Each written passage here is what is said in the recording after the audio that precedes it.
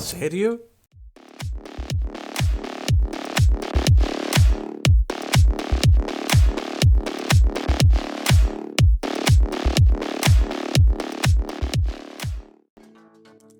Aló, bienvenidos al canal People Like Us, People Like You, y hoy os traemos una reseña talk un poco distinta, full actualidad, con un juego del 2013 ambientado en modo retrofuturista en el 2007.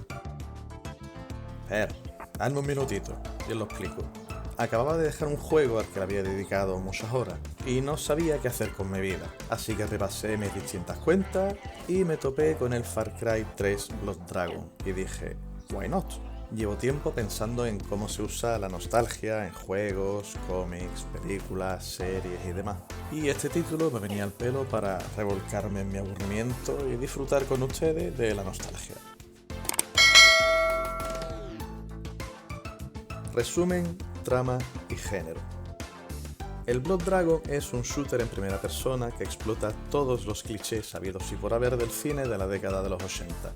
Es un escenario retrofuturista donde estamos en 2007 y los Estados Unidos y los rusos siguen en guerra después de haberse tirado bombas nucleares, por lo que el mundo está medio en llamas, medio despoblado, y nuestro personaje, el sargento Rex Colt, un cyborg de tipo 4, descubre una operación para, obviamente, revertir el mundo a un estado prehistórico erótico usando misiles, dragones controlados cibernéticamente y, como no podía ser de otra manera, zombies. Rex tendrá que desmantelar los puestos de toda la organización enemiga y ocuparse de los distintos pilares que sostienen el plan malvado para destruir el mundo. Adiós, salchichita. Gráficos, escenarios y ambientación. Siempre intento aportar seriedad a mis vídeos, pero esto es difícil porque no recuerdo cómo estaban los gráficos en el 2013. Así que me he puesto a mirar y juegos de ese año que yo haya jugado son el Batman Arkham Origins, el BioShock Infinite y el The Wolf Among Us. Por lo que yo diría que visualmente, del 1 al 10, igual el juego se lleva un 6,5, un 7 con dificultad. Pero ni le hace falta más, ni es lo que busca.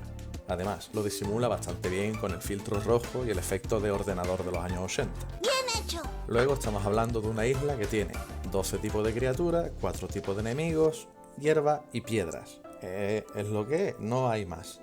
Eso sí, los elementos que podríamos considerar cinemática están montados igual que las historias en las máquinas recreativas o en los ordenadores viejos. Es algo muy original, a mí me ha encantado y encima lo han sabido adaptar muy bien, lo han sabido aplicar a todos los recursos, las situaciones y a los tópicos que han querido. Para terminar el apartado visual no hace falta que os señale los guiños a las películas más emblemáticas a las que el juego hace referencia, como son Robocop,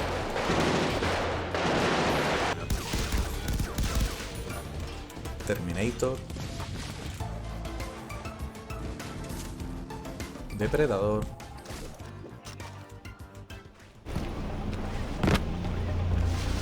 y de muchas otras como Alien.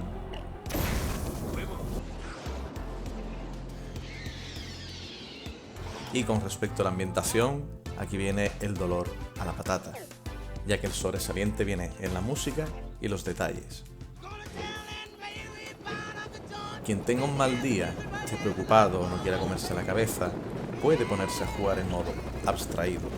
Puede pasar del texto, de los enemigos, de los documentos y de los easter eggs, pero es imposible abstraerte de la música y los sonidos como habéis podido ver hasta ahora. Ponemos de fondo un manual de cómo hay que completar un mapa y empezamos con la jugabilidad. No quiero tocarle las narices a nadie, pero quitando que no hay pirateos, mini puzzles y cositas así, la jugabilidad no es mucho peor que la del Cyberpunk 2077. O sea, han pasado 8 años, que es el tiempo que el Cyberpunk ha estado en desarrollo, y vais a ver que el mosqueo está justificado. Aparte, un brazo biónico, un ojo cibernético, vehículos... No voy a decir que estos sean elementos únicos de estos dos títulos, pero sí que es una notable casualidad. ¡Qué la casualidad! Movimiento. Smooth, suave. ¿De acuerdo? Lo básico. Hasta donde he podido comprobar, no hay daño por caída. Y puedes escalar la gran mayoría de las superficies, lo que te permite planificar tus asaltos y moverte por los escenarios bastante bien, aunque sin el número ni la variabilidad de opciones como en un Deus Ex o un Dishonored. Luego, por la parte de shooter, tienes tu zoom, tus granadas, tus tiros a la cabeza y tus 4 cosillas, pero nada del otro mundo, todo bastante estándar, aunque lo que no es nada estándar es la velocidad al correr o al nadar. Es algo exageradísimo y sale más a cuenta ir andando o nadando que coger cualquier tipo de vehículo. Que hablando de vehículos, hay muchos. Hay motos de agua, hay lanchas, hay coches, camiones, e incluso hay alas delta. Pero personalmente yo no soy muy amante de los vehículos porque no tengo soltura y me cuesta afinar. Aparte de que yo soy más de ir en línea recta. Evolución mientras juegas. No es un juego de rol, no puedes elegir las habilidades, pero a medida que matas enemigos, tomas bases o consigues información, vas subiendo de nivel, lo cual va aumentando tu vida, además de desbloquear algunas habilidades, de las cuales la única interesante es la de apuñalar a la infantería pesada por la espalda. Y esto es importante por razones obvias. Lo demás está para decorar.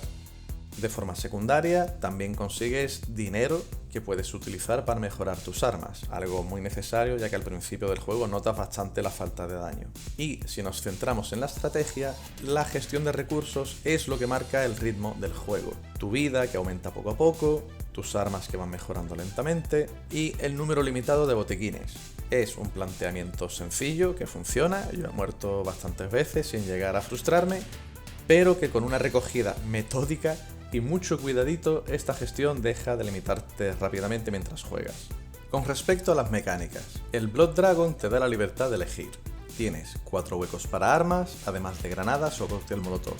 Y puedes llevar desde un arco hasta una minigun o un lanzallamas, o sea, una selección bastante clásica. Por lo que ahora lo que toca es elegir el método. El juego intenta premiar el modo ninja y los reflejos, dándote la opción de matar sigilosamente y que ocultes el cuerpo, o encadenando asesinatos, lo cual está muy bien, está muy curioso, aunque requiere de demasiados reflejos para mí, la verdad. Así que normalmente voy al estilo clásico con arco, como si fuera de Skyrim, en modo sigilo, hasta que la pifio, que es cuando el juego me castiga, porque empiezan a venir refuerzos y ya aquí es cuando saco la ametralladora y listo, asunto arreglado. También es verdad que una vez que has anulado las alarmas, los refuerzos no vienen, pero yo eso lo veo más bien como hacer trampa, ¿no? También os digo que el tema de los refuerzos se da por todo el mapa, así que no os extrañéis si vais andando por ahí, matáis un par de despistados y de pronto empiezan a venir coches y coches de gente. Te puedes cubrir, pero eventualmente te irán haciendo daño, irás quedándote sin munición, sin botiquines y si no te matan tus enemigos, lo hará la hierba, que es altamente inflamable.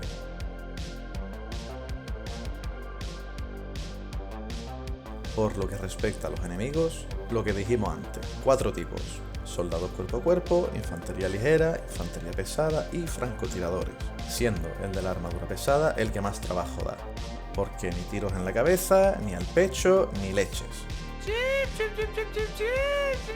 Yo ya, por último, cuando no iba en modo sigilo y lo apuñalaba, le disparaba las piernas para que estuviera quieto y lo acribillaba al gusto. La inteligencia artificial no es la del coche fantástico, pero ojo, que aparte de cubrirse e intentar flanquearte, no se lo piensan demasiado, ¿no?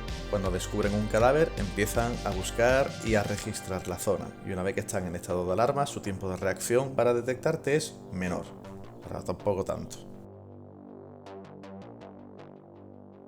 También, como parte de los coleccionables, la isla tiene una fauna variada compuesta por 12 animales, a los cuales conviene vigilar. Si ves uno, míralo de reojo, porque igual te ignora, que te ataca por detrás, que se mete en peleas ajenas, que se camuflan para darte el susto. Y poco más, la verdad. Están los coleccionables, que aparte de los animales son cintas VHS para alquilar, me siento viejo, que desbloquean textos con un poco de parodia, de películas antiguas. Hay una serie de televisores abandonados por el mapa también. Y hay documentos, secretos, carpetitas, con textos del mismo tono, la verdad, no le eché demasiada cuenta. Pero todo nos lleva a lo mismo, al homenaje.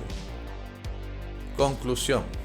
El juego, una especie de DLC del Far Cry 3, con 10 o 12 horas de juego, es para lo que es para divertirse con la nostalgia, lo que hace bastante bien. Te puedes querer pelear con el checkpoint, que nadie te vea o te alcance, hacer la partida perfecta, pero luego igual viene una cabra por detrás y te mata, o te dan un arma gigante con munición infinita mientras tu barra de vida desaparece.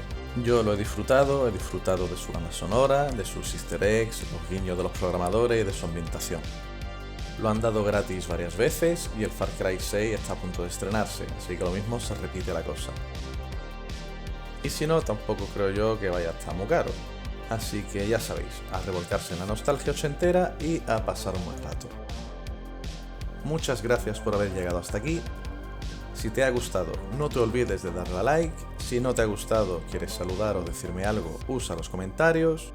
Si quieres seguir escuchándome decir pamplinas, suscríbete, y si ya quieres marcarte un completo, comparte. Hasta luego. ¿Y el TOC? ¿Dónde está el TOC? A ver, al ser un juego de acción tampoco os voy a meter las 1001 recogidas de dinero.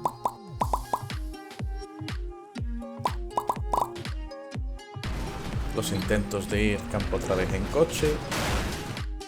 Mis idas de olla con los soldados.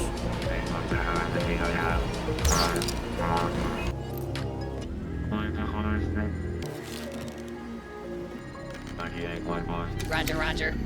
Mi medio afán completista.